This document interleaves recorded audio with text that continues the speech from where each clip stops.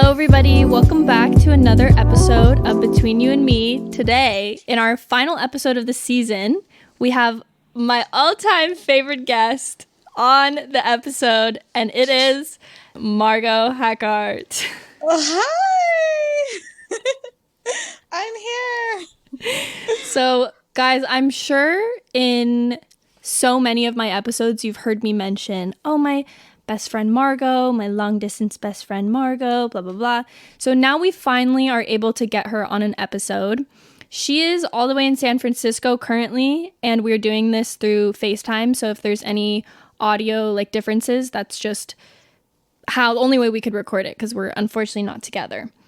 But I think for those of you who have maybe come from my YouTube channel or wherever, you would know a little bit about our friendship background. So it may be a tiny bit repetitive, but for those of you that don't really know, I think we should give a little introduction to how we became friends. Yes, I think so too. And give an introduction to yourself too, just so people know. Okay, hi guys. I am Margaux. Me and Alex have been best friends for a little over, 10, 15 years. I think maybe? it's maybe 12 now. 12 years, okay. Yeah, we're old. We met in school in Switzerland when we both went to school there, and we started our YouTube channels together. And yeah, we just kind of were two young beings creating at the same time that kind of connected us. And we have learned and grown together over the years. And throughout the years, even though distance has kept us apart sometimes, we've always been in contact and seen each other throughout different stages of our lives. But nothing has changed between us, which is just so beautiful and rare to have in friendships nowadays. So, yeah. Yes, that's how we met and how we started and became friends. And a big part of our friendship was definitely that we both started this journey of YouTube together. And I think that bonded us so much because we were the only ones at such a young age, 12, 13, that were doing what we were doing. And we're 24, 25 now.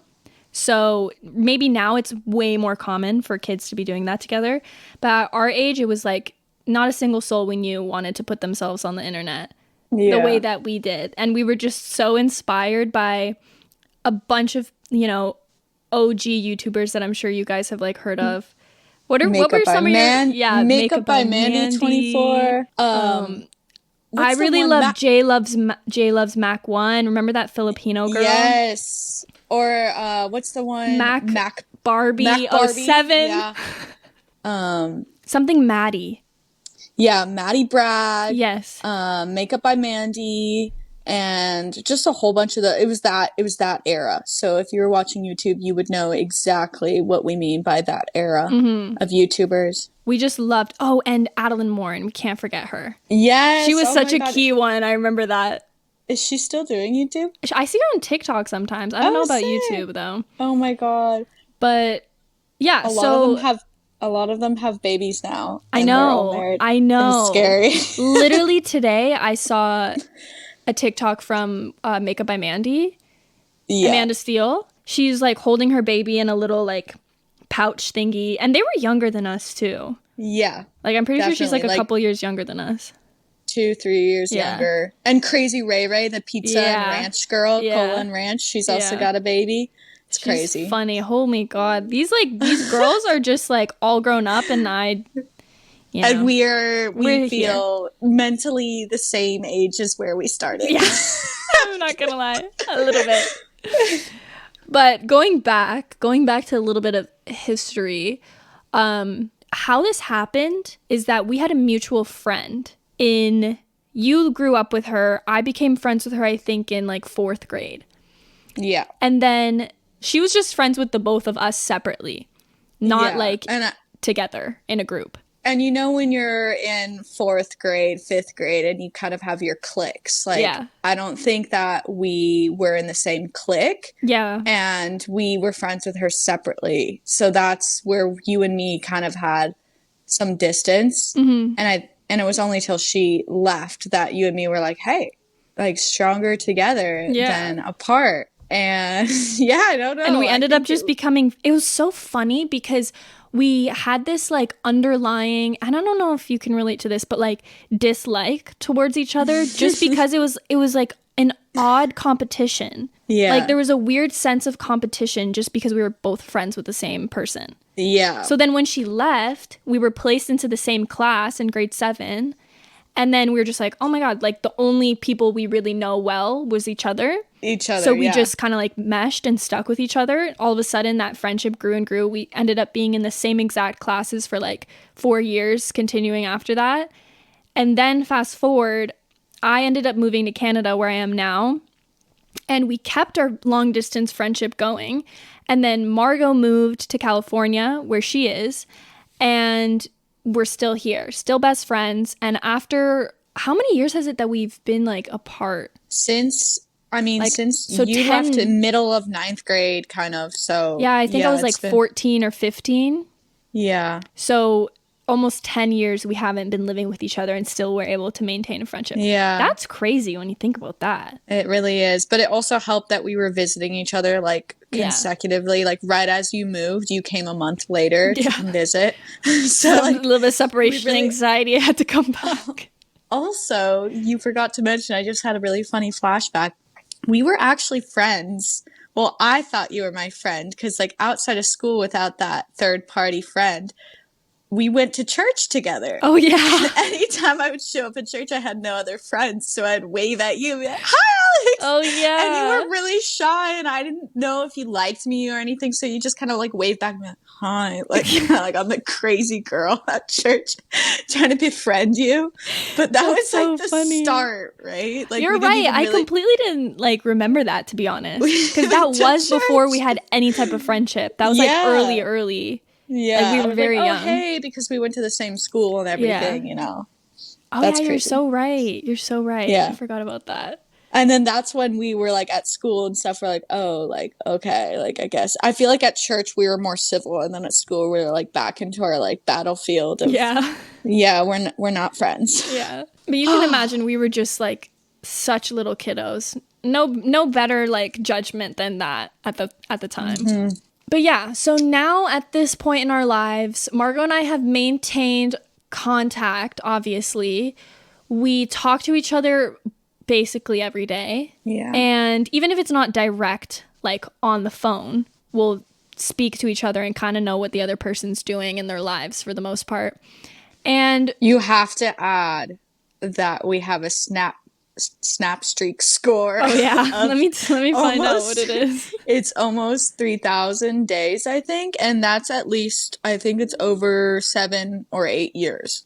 So So that's our main form of communication. Snapchat. Yeah. And it's funny because you're like the only person I have a streak with. So it's like ridiculous looking. My boyfriend and all my friends think it's crazy. Like I'm wild just speaking into my phone, giving like a full 10-minute rant about something or a story of my day to Alex. But that's the way we keep in contact. And it kind of gives us a sense of like we don't have to be on the phone at the same time to call each other, but we'll like unload and watch each other's days over the Snapchat, which is just, it's really nice. It's so easy to do that. It's so convenient, honestly. It's kind of the same vibe as like sending voice memos through iMessage, stuff like that. Except you get like a visual of what's going on too, which is way more exciting. I know, way more fun. So that's that's just how naturally, the score is 2,759. Oh God. Okay, so I think that was a good little spiel of how we became friends, what our friendship's been like, how we've been maintaining contact. To add on to that, what like Margaux kind of mentioned for a second too, is that we visit each other pretty frequently. The only time frame we didn't really see each other was during COVID because there wasn't a lot of traveling happening at that time anyways. So I'll go see Margaux one summer or Christmas time, and then another time she'll come and see me. And we basically, for the most part, I think, apart from COVID, every year have been able to see each other. Yeah, we're in except for this year. Yeah, I know we're in need to plan our this year, but you know, life has been pretty crazy for me. I'm in the middle of a move too, so it's hard. It's hard, man, being an adult and doing adult things now. not having any more school breaks and having to make your own breaks. It's weird. And it's even weird. harder the older you get to make time for friends, let alone long distance friends. Yeah. So it's like, it's a lot. It's a lot. But it's worth it when you do make the time. It's so worth it. 100%. We talk about it all the time. Anytime we see each other, we feel like a piece of ourselves is put back, and we feel more like ourselves than we do when we're apart. It's weird. You know what it is? It's kind of like an inner child, like healing when we're together. It is. Because we had some of the best moments in our childhood. Like definitely the memories that will stay with me, core memories of my life, are when we were living together. Same. Those were the best. They're unmatched. If any other memory that I have in my adult life, honestly, which can be a little sad to think about, but I am yet to make those memories with you in my adult life too. But our childhood has just been so good. We were really lucky to have what we had. Yeah. Getting into the actual gist of this episode, obviously, because we have Margaux here, we're going to be talking about friendship and all different kinds of subjects and questions within it, because I went and asked you guys on the Between You and Me podcast Instagram account to leave me some questions on what you guys want to know about friendship. And we have some like pretty calm ones, and then we have a couple like juicy. Ooh. Kind of juicy. Oh, I'm excited. Yeah. And she hasn't told me any of these questions before, so I have no way of preparing for my answers or anything. So we'll see how this goes. Okay. Are you ready? Yeah, I'm ready. The first one is what to do if a friend is toxic, but when I confront her, she thinks she's doing nothing wrong. Well, it's a matter of opinion, right? You might have different values that, you hold, that what she's doing is not right in your book of values, right? But maybe for her, she's never thought of those values or considered. Maybe you just need to get a little deeper and express what you value in a friendship with that person. And if they never even knew that and never knew that those were your standards, then maybe they don't know they're doing anything wrong. And kind of getting to the core of what you expect out of a friendship, because so many times it's miscommunication where you start to label this person as toxic or she's horrible, she's mean, but really this person doesn't know they're doing anything wrong. So you kind of hate them from a distance and put them in a box about the way they're acting, but maybe that person doesn't even know they're acting that way, People go through things too where it's like you don't reach out as often, or you just, you're going through something personally. But, toxic can range. It's a very diverse subject. So I'm not sure what toxic they're talking about, or if they're just labeling as one thing as like, oh, she doesn't text me back, that's toxic, or, But yeah, I'm just thinking that maybe the communication needs to be a little bit stronger between them in order to decide if their friendship's worth keeping, or maybe it's just something that you could let go of because it's not worth your time or your energy and it's going to drain you in the long run. What do you think? That's so funny, because when I read that question, I was just like, oh, she's just toxic because she thinks that she's doing nothing wrong.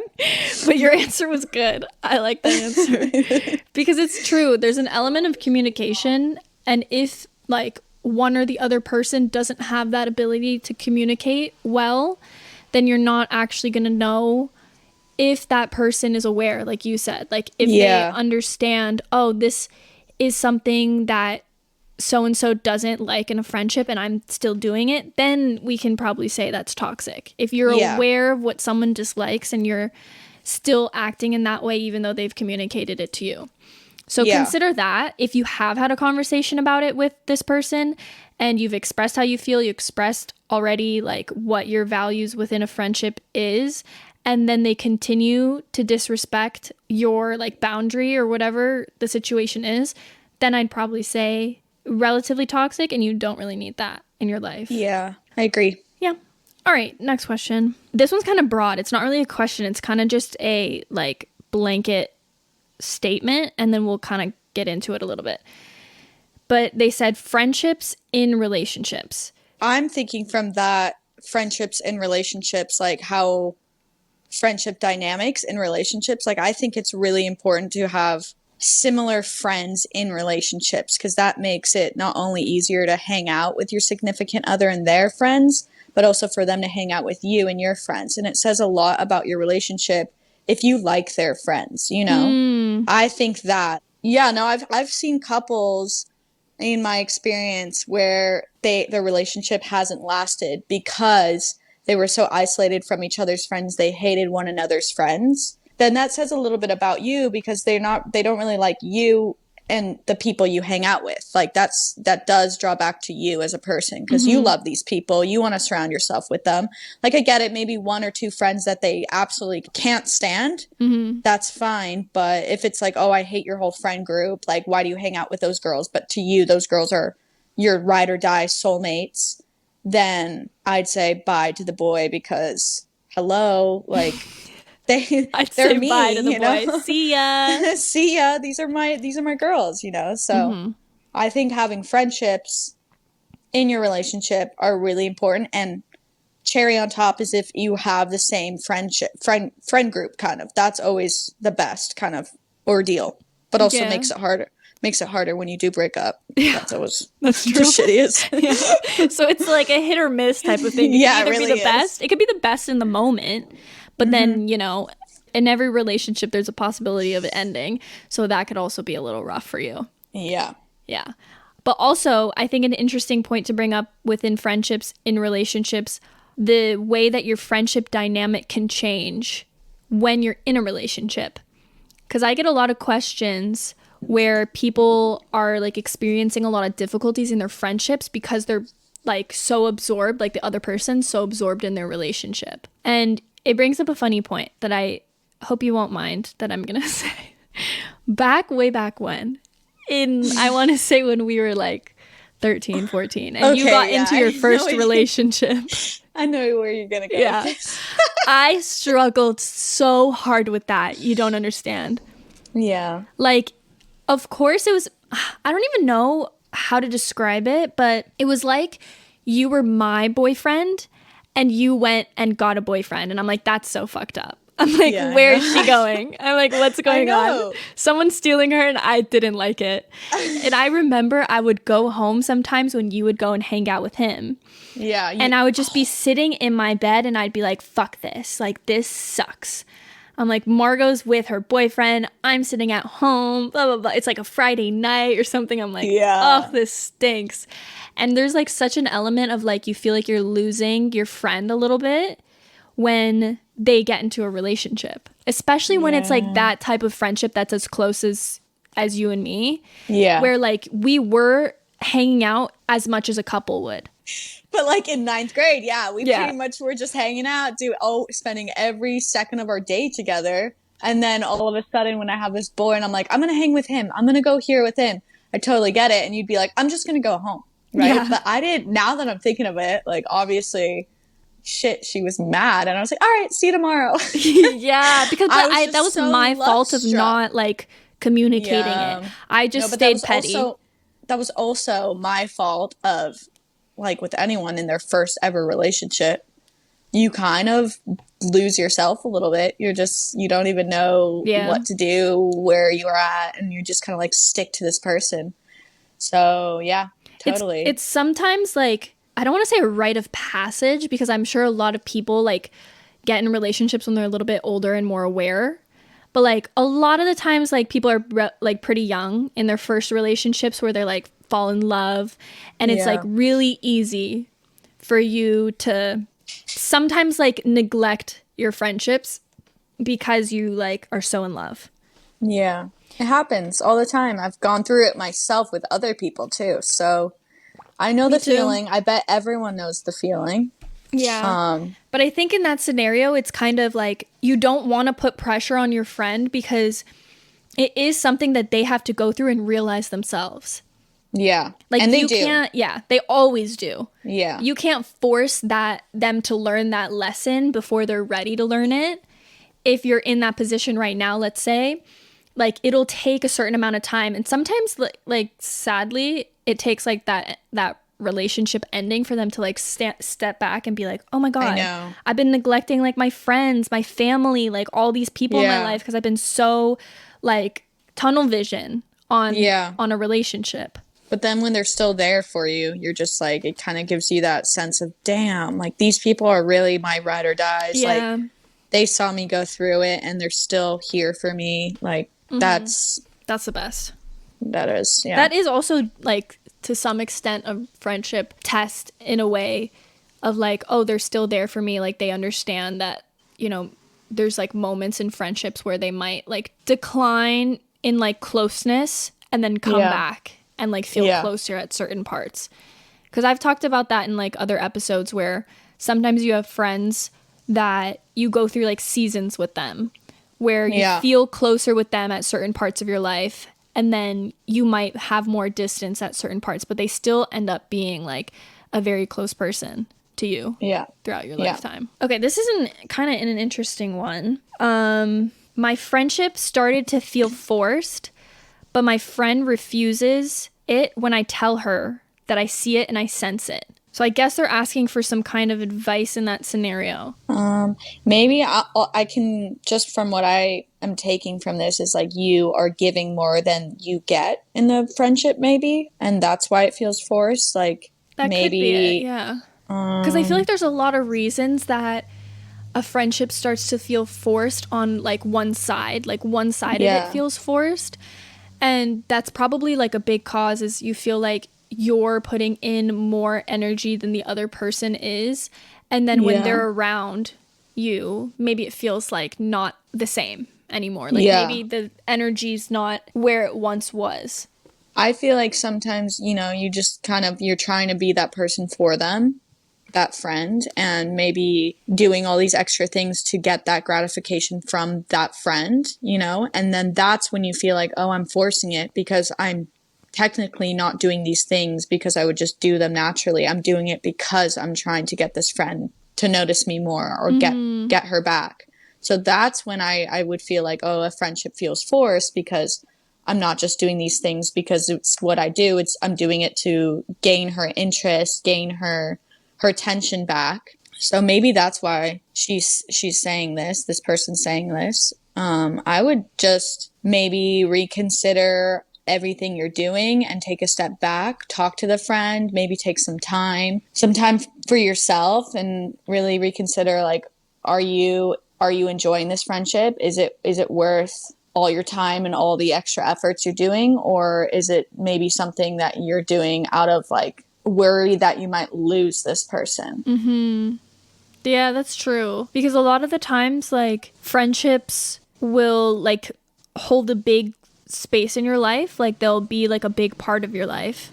Yeah. And with that comes, like, the fear of losing it. Because they hold you hold so much importance to that friendship. So if you feel like things are changing and the energies are changing, the reciprocation of your effort is lowering, then just like Margaux said, I do think that's like something you have to step back and consider on how much effort you're giving. And if you can get to a place where maybe you can like lower your standard is also an option of like considering, okay, maybe we can put this friendship in like a lower arc if you were to think about it like that. Maybe like for now, she's not going to be like the closest person to me in the world, but we can put like a lower amount of effort and like emphasis, I guess, on the friendship. But that's completely up to you too, because I know that like if it were me, I wouldn't really want to do that. Depending on how close that friend was to me or is to me, I don't think I would be able to just like lower them in my mind. You would just talk to them. You would reach out. Yeah. And that's always a possibility. Or like we said, speaking to them and having a conversation about it. Because definitely if this is an important person in your life, like it's worth the conversation of figuring out what it is, like what's the reason for it feeling forced. If you approach someone and you say, it feels like things are getting forced, and the other person's like, no, like I don't see it, because from their perspective it might not be. Maybe go even further back into that like statement of feeling forced and figure out what is it that makes you feel like it's forced, and then explain that to the person. maybe Yeah. that will allow them to understand it a little bit better and be like, oh, okay, you're doing this and this and this, and I'm not reciprocating it. Maybe that's why you feel like the friendship has changed or it feels more forced now. Yeah, definitely. Okay, this is a really good question. How can you tell the difference between a long-term or a just for fun friendship? And then they added based on the advice that they give you. So I guess we can talk about both. Like, what are some like characteristics maybe of a friendship that you know will be long-term? And then how does their advice, like the advice that they give you, like play into how you can tell if it'll be a long-term friendship or not? I think that there's situational friendships, like you know that you meet these a lot in college and in certain parts of your life. Like I know when it's not going to be a long-term friendship when, you know, you see this person out and you're drinking and you're like, "Hey, oh my God, hi girl." And like it's kind of like very loose, you know, you're not talking about deep things or anything, but I would still call them my acquaintances in situational friendships where I'm fine to hang out and stuff, but it's not like I'm going to call them the next day and be like, "You want to grab coffee? Like, you want to do this?" But I feel like even sometimes when I'm out and about drinking or something, I've met some really good friends because, like this person asked in the question with advice and stuff, you kind of tap into deeper conversations with them and you really click. And then you realize, oh gosh, like this person would be really fun to hang out with, you know, sober even. And you do. And then you kind of build this friendship. And even then you might move away, not see them, but I would still consider them friends, and maybe not my best friends, but you can have a whole bunch of different friends for different scenarios, different phases in your life. But I think it just comes down to how you really click with the person. And if your conversations are really truthful and honest and valuable to you in your growth, and they care about your well-being, that's when I would know that's like a real friend, you know. And those don't come as often as they used to when you're a kid, because you had so much in common when you're in like high school or in college and you saw each other every day. And you know, I have a handful of close friends, and it's because like through the different phases of our life we check in, but we don't have to be talking every day. But yeah, I would say like I have a whole bunch of mutual friendships, situational friendships, and that's okay. That just means like when you're out and about, you're able to have a fun time with the people you're with at the time, and maybe one or two of them you click with more, and you end up creating a stronger bond with them. I think it was a good point how like your situational friendships sometimes I feel like are the kinds of friends that you call to hang out in like nightlife settings. Yeah. Especially at our age, I'd say. Yeah. There are friends where like you will just go out to like party with, to have a good time with, to get some drinks with, and then depending on how much I guess you have in common, like you said, or what you guys really talk about and how comfortable you feel around them to maybe go into those deeper conversations and speak about things that like you wouldn't talk to with like certain friends that you only see on nights out. And maybe if you're younger, the difference between a long-term and just for fun friend would be when you go into like conversations about your life or subjects that are a little bit deeper, like how do they react? Do they open up about themselves too? Do they like give you some like pieces of information about themselves so that like they can relate to you somehow? Or do they just kind of listen to you?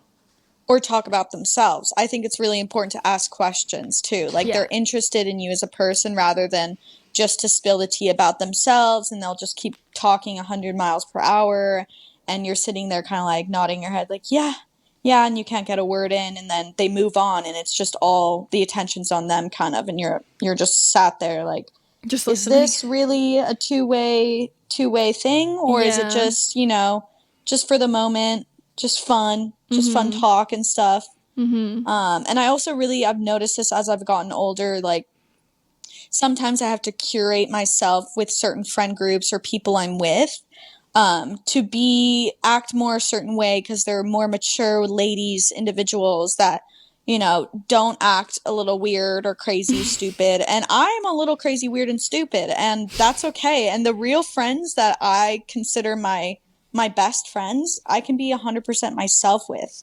And I had this True. That's a good conversation point. with, yeah, I had this conversation with my boyfriend the other night. I was like, it's really hard to make friends because I feel like I'm always trying to be this other type of person.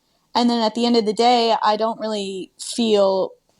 feel satisfied because I don't have that sense of like, oh, I'm totally myself. I can just shoot the shit and, and they laugh with me. And it's just funny because once I've set that standard of like, oh, I have to be this certain way with them, then I'm like, oh, I have to do this because that's how they are. That's how we started our friendship. And Mm-hmm. then those friendships usually like fizzle out. But when I'm truly myself and I'm weird and we can talk about fart jokes and shit like that, that's when you really know.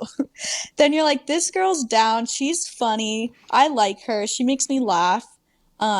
Yeah, I just think that's important in a friendship too. That's a good point too with this question because not Hmm. only do you have to consider their personalities, how they speak to you, but you also have to consider yourself and how much you're willing to show up as yourself.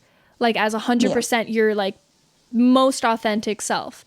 Because that shows really how genuine a friendship is when you don't feel like you need to put up any kind of like mask of who you are because we tend to do that all the time as people, even like regardless of friendships, when you're just showing up in like the world, whether it's in, you put a mask on for work, you put a mask on for this, you put a mask on for that, you show up in a specific way so people can see you in a certain way. But then a real genuine friendship, you should feel so comfortable to like take the mask off, kind of Yeah. like you can just do whatever the fuck you want and have like your weirdest personality.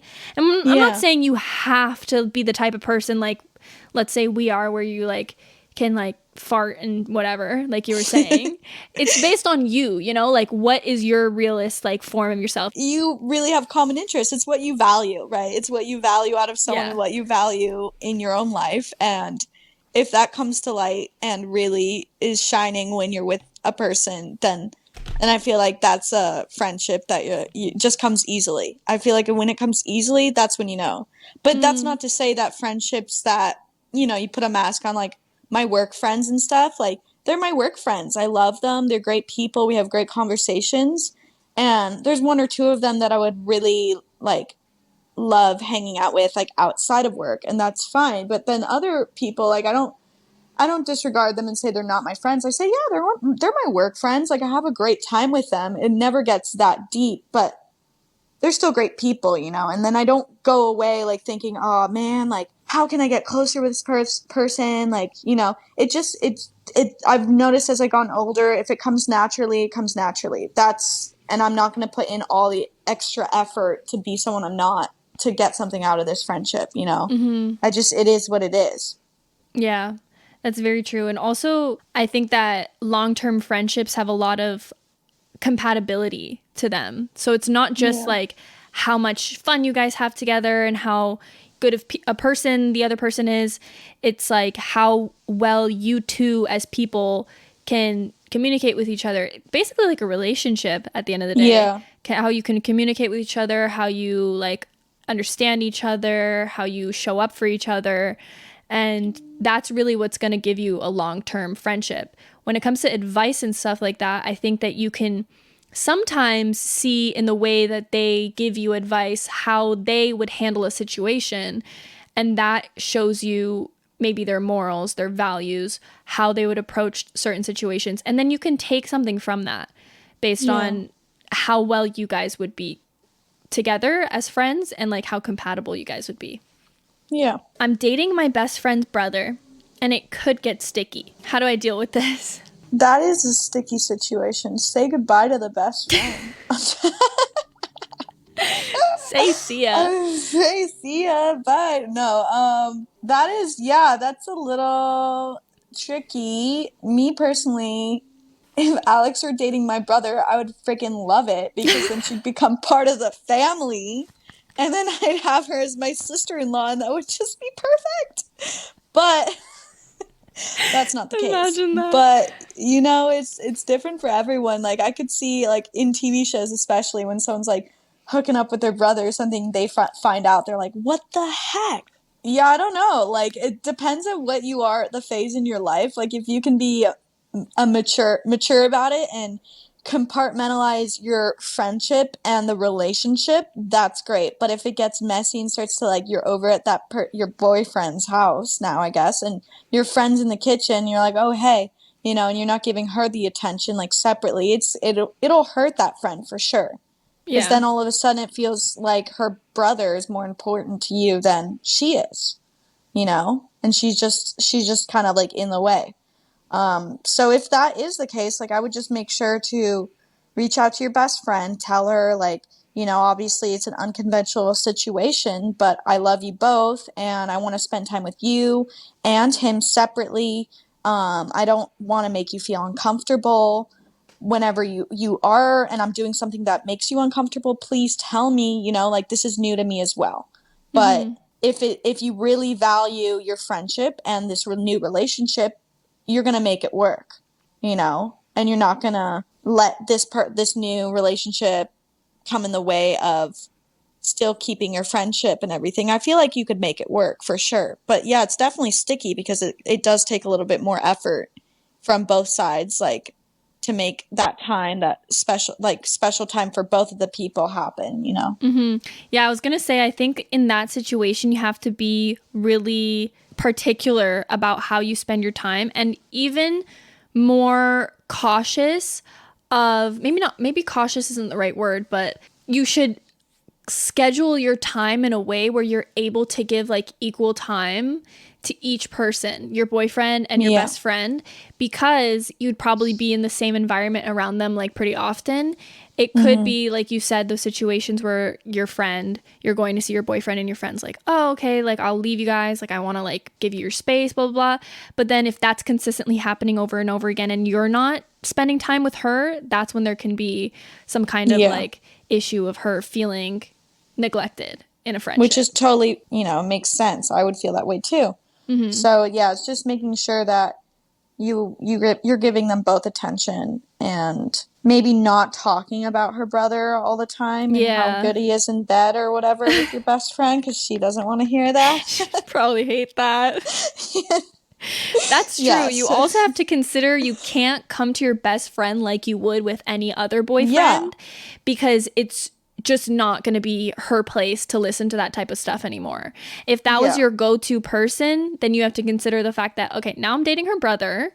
I can't Yeah. just come to her with any issue, any problem, just because I feel like women do that a lot. We go to our best friends to talk about problems that we have in whatever area of our life. So if something is happening with your boyfriend, then she might not be your go-to person anymore because it's just not a good spot to put her in. I'm sure Yeah. you, Margot, wouldn't want like one of your friends coming up to you if she was dating your brother to be like, oh my God, he just did this, he just did that, like blah, blah, blah. Like what should I do with this situation? Because you just Yeah. kind of want to keep yourself out of that because you're too Yeah. closely connected with either person from that relationship. I would set the boundary with that friend too off the bat and be like, all right, like if this is going to happen, like just so you know, I don't want to hear anything with that. Like we're going to keep our friendship separate from your relationship. And that friend would just have to accept it. And she's like, I can't do that. I'll be like, well, I can't do this friendship then because if you're not going to accept my boundaries that I put, because I'm allowing this. If you're not going to accept that, then this isn't going to work. But as the friend, I would be willing to do anything to keep both of them. So I would accept the terms and conditions and Yeah. just go from there. I also feel like maybe if some people are listening and are not in the situation, but they're considering it, to be weary of what could happen if that relationship doesn't work out. Yeah. Because it could very well affect your friendship. So make a very conscious decision involving yourself with, let's say, your best friend's sibling of any kind, and be like aware that you're gonna change the dynamic from that point moving forward. So you don't want to put yourself in a situation where you're gonna start changing the dynamic between your friendship if that relationship doesn't work out anymore. If they live in the same house, you're going to probably be going to that house and seeing your ex if it comes to that point. But yeah, exactly. But then there's the other side, best case scenario, you end up marrying that dude and then, hey, you're sister-in-law's your best friend. How cool is that? That is actually pretty cool, I can't lie. Yeah. That would be the best thing ever. Yeah. So I mean, I think we scratched the surface on that one, gave some decent advice. It's definitely a weird situation to be in, but possible if you put in the right amount of care in both relationships with your boyfriend and with your best friend. Yep. How to deal with what seems like envious friendships. I'm trying to like think of personal experience because that's always how best to answer questions. Well, with this question, it's tricky because it can go both ways where you're envious of a friend and then you also feel that same feeling from that friend or friendships. I feel like with phases in your life, you go through ups and downs, and there's times where you're not feeling your best. You maybe get yourself in a rut. You're feeling down on yourself. And when you see friends posting or living their best lives or hanging out with other mutual friends, you feel maybe a little left out. And that friendship, you kind of just don't want to give into that friendship as much. And it happens. I always think to take pride out of the picture and just to remind yourself that you love this person and to still give that person your all. And to get out of this little cycle in your head where you feel like you're not good enough for the friendship or they don't like you or they're envious of you. You just have to get out of that and keep doing you, honestly. Like that's what I think. And if that friendship lasts, then it's meant to last. But I felt it from my side and the other side where I'm maybe on a high in my life. I'm doing things and I feel a friendship become a little bit more distant because maybe they're not doing so good. So, I'll reach out to them best I can and say, hey, how's it going? And it's as little as message to reach out to them, make sure they're doing good. And then it just reminds them like, okay, like this friend isn't doing anything to be up in my face about her life or anything. She's just living her life. And it's just a little reminder, touch down to earth to be like, okay, without the conversation, things could be interpreted incorrectly. Yeah. So it's just keeping it lighthearted and reaching out. And if you start to feel that, maybe just reach out to other friends that are around you. If you need a vent, whatever you need to do. And then maybe don't take it as an end all be all situation in a friendship. Just be like, there's seasons and try not to put all your energy into that because it'll drain you personally, So just keeping it light. Yeah, because I think that envy comes from comparison. Yeah, and definitely. What we always hear all the time is how comparison is the thief of joy. Because it very much is. Like if you're sitting there and feeling envious of one of your friends because they just got into a relationship and you're not in one, or they're spending a lot of time doing fun things and you're not a part of it, or whatever it is, they got into a really nice school that you didn't get into, then you end up sitting there and comparing yourself to them as a person, but also because you maybe know them so well, they're your friend or best friend, you'll be like, well, why is it not me? Why am I not experiencing the things that they're experiencing? So I think in either scenario, if you are that person that's getting compared to or the one doing the comparing, you have to step back from the element of comparison at all, like you were saying, because it's just a practice, honestly, because it comes so natural to us these days with social media and everything. Yeah. It's so easy to compare. So if you start putting yourself in a mindset to like stop comparing whatever it is to your friends, to people you don't even know in your life, then it'll kind of take away this feeling of envy from other people. But I know probably being the person that is envied might sometimes even be a little harder because you don't want your friend to like be in such a low state of mind of like comparing themselves to you. Yeah. And you just want to share positive things in your life, but you might not feel comfortable to because you don't want them to start to have this type of mentality of comparison. And also sometimes, sorry, go. You feel alienated sometimes. Like you don't know what to do. You don't know if you do anything, what's right or wrong, but I would say don't let things like that stop you from being happy, because your happiness is most important and their happiness is important too. But if you're not doing certain things because you're like, oh, my friend wouldn't like to see this, or maybe I shouldn't post this because she's gonna be sad about her life that she's not here.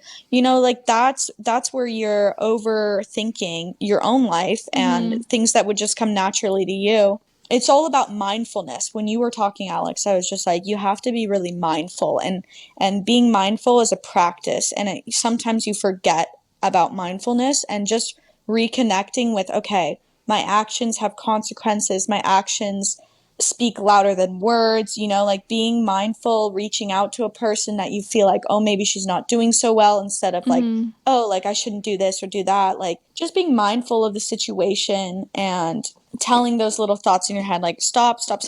I'm just gonna rethink, reground, be myself, and reach out. Yeah, that's actually a really good point, because sometimes when you are the one that's being envied, let's say, you don't know what to do because you don't want your friend to feel bad.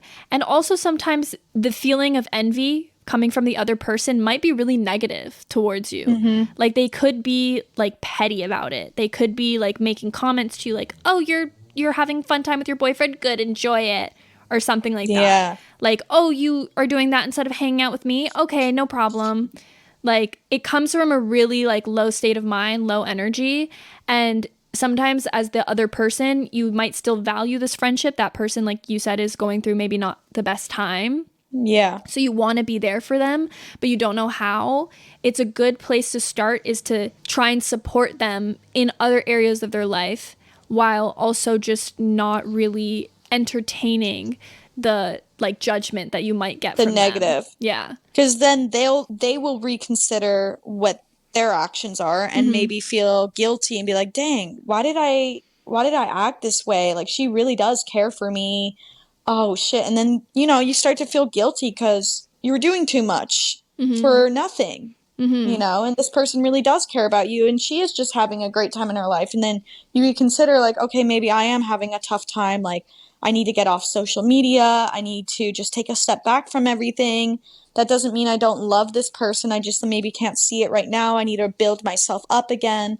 And that's okay. That's totally okay to admit that you're not doing so well. And it's hard to admit those things too, especially to someone you want to look good to and have everything put together. But I've noticed as you get older, like it's okay to admit defeat, and then it feels more real when you admit things out loud. It does. And that's scary for some people. They don't want something to be real because when they say it out loud, it's real, So they internalize it, and then it can get really bad. It can get toxic. You can be toxic yourself in the way you think. And you don't want to get to that point. And it's, we've all been at that point. It's so easy nowadays with social media and everything. But touching back to mindfulness, being mindful and catching yourself when you're thinking these thoughts and being like, damn, okay, here I go again with these thoughts. I need to stop. I need to retrace my tracks and get out of this mind loop, this negative loop that is not healthy for me, because it's just going to break me down over time. Yeah. I also think it's important to mention that sometimes envious people are just plain old envious and they're not going to change. Unfortunately, you will meet a handful of people that have this type of personality that they will not reach a point of growth for a long time. And if patterns continue and you kind of like followed what we said previously, reaching out, keeping a good mindset, if you are the person being envied, then it's very much valid to no longer want that friendship in your life. If you don't feel like you can just live your best life and not have this fear in the back of your mind that you're hurting someone just because you want to exist, Yeah, and letting them go will feel like 1,000 pounds have been lifted off your shoulders, honestly. Like having tried and really truthfully gotten like to the point where you're like, I've tried everything, and at this point I'm gonna have to let this person go. And then you'll feel better about yourself living your truthful life, without always thinking, like, looking over your shoulder, like, oh, I'm like this friend's gonna be envious about this, like, oh no, I can't do this, she will hate that I did that. But then you're not living your own truth, so Yeah. like you said, there comes a time where you evaluate, you've tried long and hard, you've exhausted all options, and, you know, it's probably not best for her or you to be friends anymore. It just wasn't meant to be, maybe. Yeah. Yep. But that'll never be us. That won't never be us. I'm not envious of you at all. Me, okay. Maybe you should be a little bit. Why not? I'm joking. I love you and I love your life. I love you too. It's all love. It's no envy. It's just It's excitement. like, whenever good she's for going you. through something great. Yeah, exactly. Like I love to see happiness. And then also for me and personally, when I see that and I'm not doing so good, it makes me reconsider, oh shoot, I need to start working on myself a little bit. Why am I not feeling so good? I'm happy for her, but dang, like I wish I was happy like that. It's not envy. It's more like it's a reconsideration. Yeah, it's a wake up call almost. Like, okay, I need to be living like this a little bit more. I need to put myself out there. I need to go outside. Like you can learn from the people that are doing well. You really can. Yeah, that's a much better mindset to have. If you're experiencing that and you feel like you're stuck in that pattern, try and look at it from a lens of how can I do better and take almost inspiration from my friend in a way. Yeah, totally. Kind of beautiful. It is. Well, that was our final question for this episode. It was so much fun. Thank you for being on, Margaux. Of course. It was really fun talking to you and talking to everyone. And these were great questions. It really made me think. Yeah, there definitely are. There's so much to talk about when it comes to friendship. Like relationships in general are so deep and have a lot of like... layers. Have a lot of layers. Like an onion. Yeah, very true. Yeah.